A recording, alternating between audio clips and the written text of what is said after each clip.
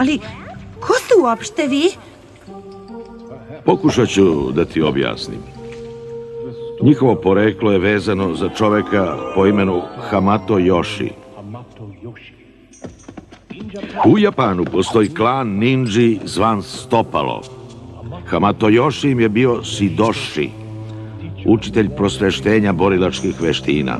Yoshi je bio miran čovek koji je voleo umetnost, posebno renesansne slikare, ali jedan učenik je odlučio da zauzme njegovo mesto.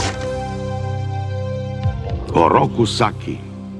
Jednog dana školu Stopala je posetio vrhovni učitelj Sensei, a Oroku je izveo podlost.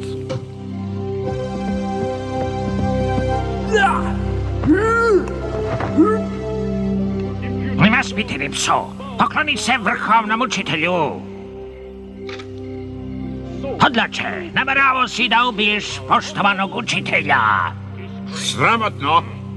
Za ovo te treba prognati iz klana Stopala. Šta zapovidaš, mudri učitelju? Odmah izbacite barabu. Osramoćeni Yoshi je pobegao u Ameriku. Bio je bez novca, pa se nastanio u kanalizaciji. Pacovi su mu bili jedino društvo.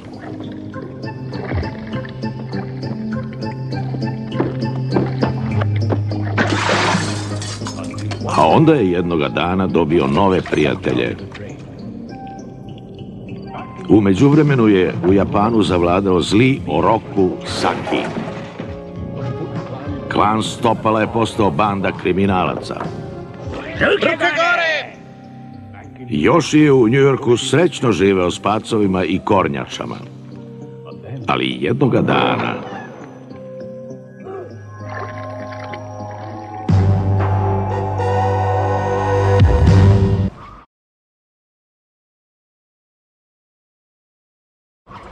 I tako je Yoshi našao kornjače prekrivene zelenom materijom.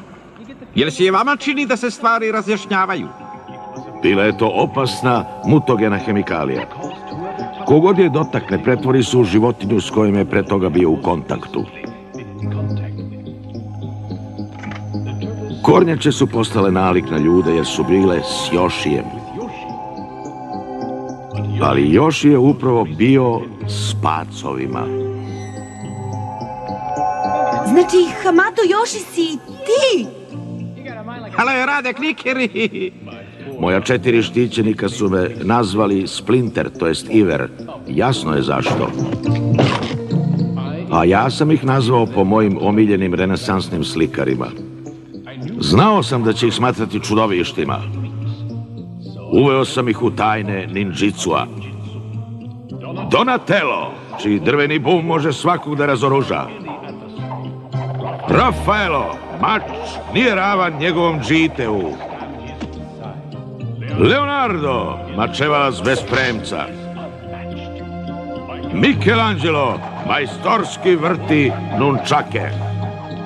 I majstorski vrti pice. To su tinejdžerski mutanti ninja kornjače. Znate li ko je prosao tu hemikaliju po vama? Ne, ali kada ga pronađemo jednoga dana, nateraćemo ga da našem učitelju vrati ljudski lik.